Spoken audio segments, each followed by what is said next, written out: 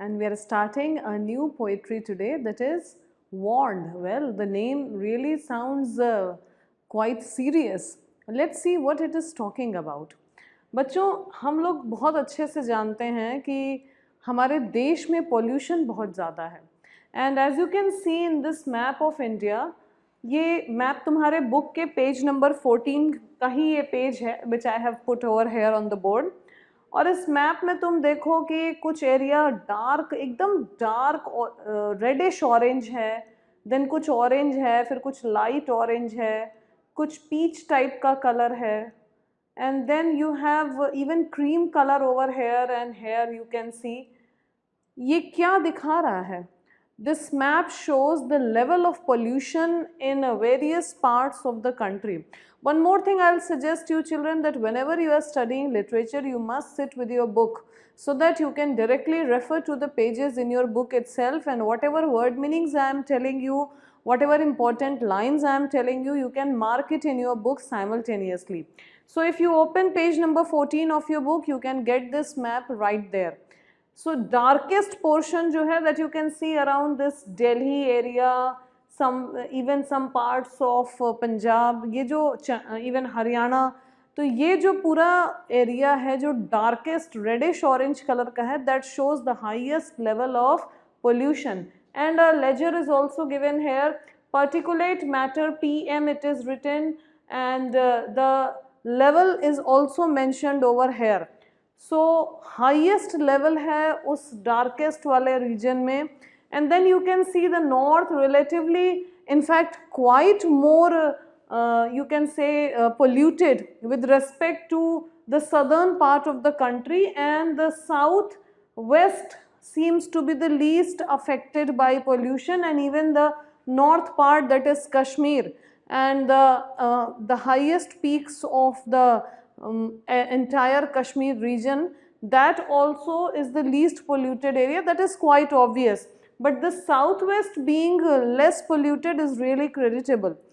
North is the most polluted part of the country, जो northern India है, जो central and northern India है, in states like you can say Haryana, Punjab, Rajasthan, then Maharashtra, UP, MP, Bihar, all these are quite polluted.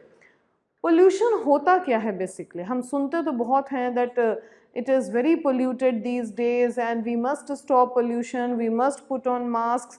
Anyways, thanks to Covid we are already putting on mask, but then we always keep hearing this कि mask लगाने चाहिए, pollution बहुत ज़्यादा है, हमें pollution को कम करना है. But what exactly is pollution? Now pollution is the presence of particulate matter in air which makes the air unhealthy for every living being, including humans of course. तुम्हारे बुक का जो यहाँ पे लिखा हुआ है वही मैंने यहाँ पे कॉपी किया है just to make it highlighted for you. Particulate matter, that is PM, includes dust, pollen grains क्या होते हैं? जो फूलों के जो पराग होता है उसमें pollen grains होते हैं which helps in pollination. तो pollen grains, soot is unburnt carbon particles, smoke and liquid droplets suspended in air. Suspended यानी जो air में present होके float करते रहते हैं, which make the air dangerous to living things, all living beings.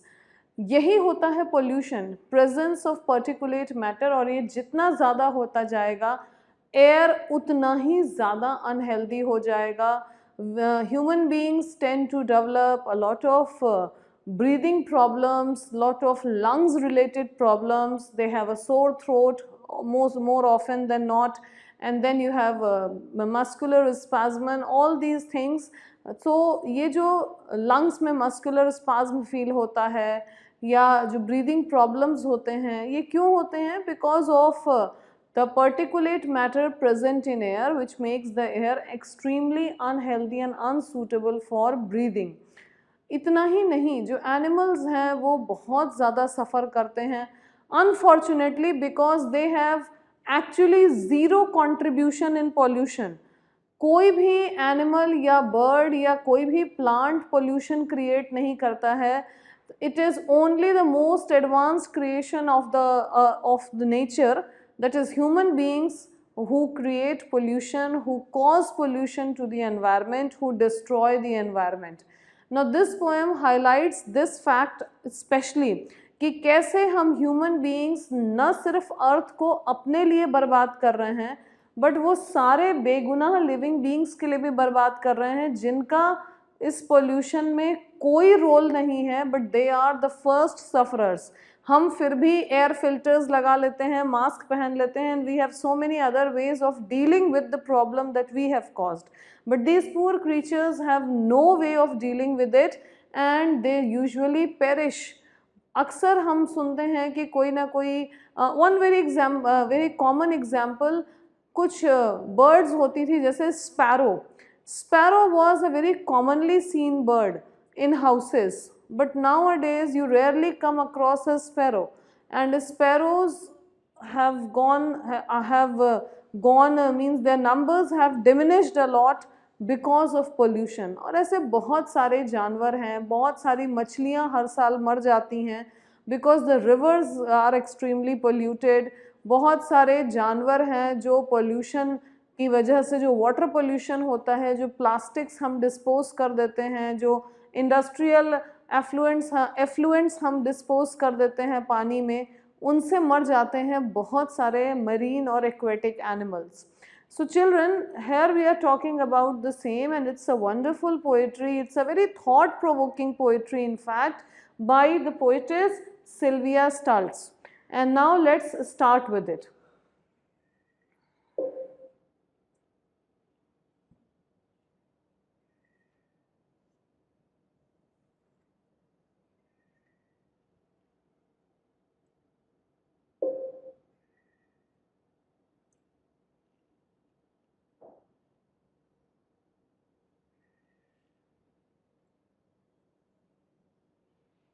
Okay, so here is the poetry.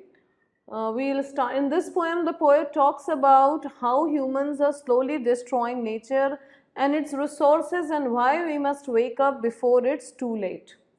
The sands of time have rendered fair. Okay, यानी समय की जो रेत है, जितनी तेजी से समय भाग रहा है, sands of time क्यों बोला गया है? क्योंकि एक होता है are glass.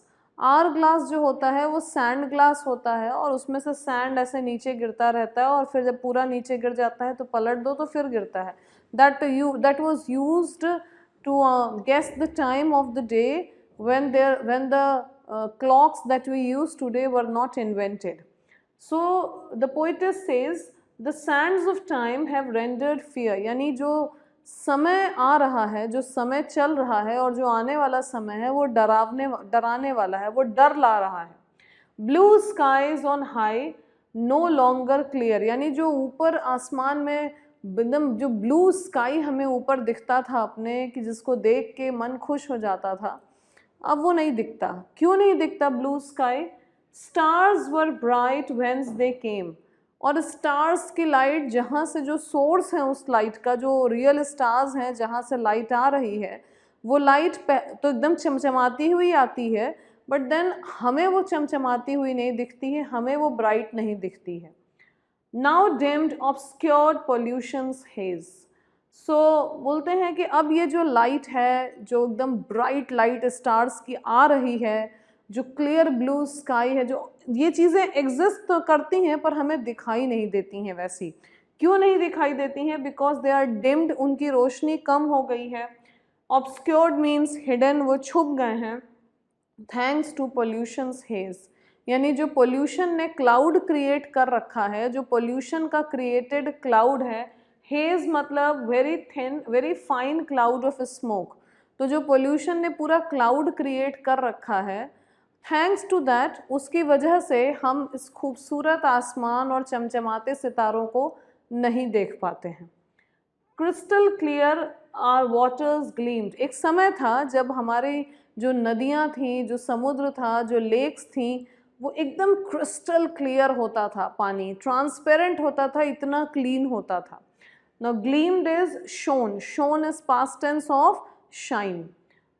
Fish abundant rivers streamed, यानी फिश बहुत सारी होती थी, ढेर सारी. अबंडेंट इज प्लेंटिफुल या इन लार्ज नंबर्स, बहुत ढेर सारी फिश तैरती रहती थी, फिशेस पानी में। रिवर्स स्ट्रीम्ड यानी रिवर्स बहती रहती थी। there were free flowing rivers, the crystal clear water and abundant fishes.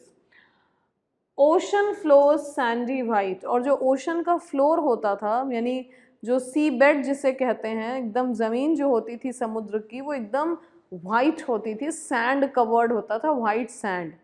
But अब ऐसा कुछ भी नहीं है। नाउ लिटर्ड ब्राउन पोल्यूशन स्प्लाइट, अब वो ओशन फ्लोर ब्राउन हो चुका है। लिटर्ड का मतलब है मेड डर्टी, यानी जो ह्यूमंस ने डिस्पोज किया है waste, industrial waste, household waste, otherwise waste, जितना भी कुछ वेस्ट पानी में जाके डिस्पोज किया गया है आज तक सैकड़ों सालों से, वो सब बर्बाद कर दिया है पूरा ओशन फ्लोर को। जो वाइट होती थी अब वो ब्राउन है।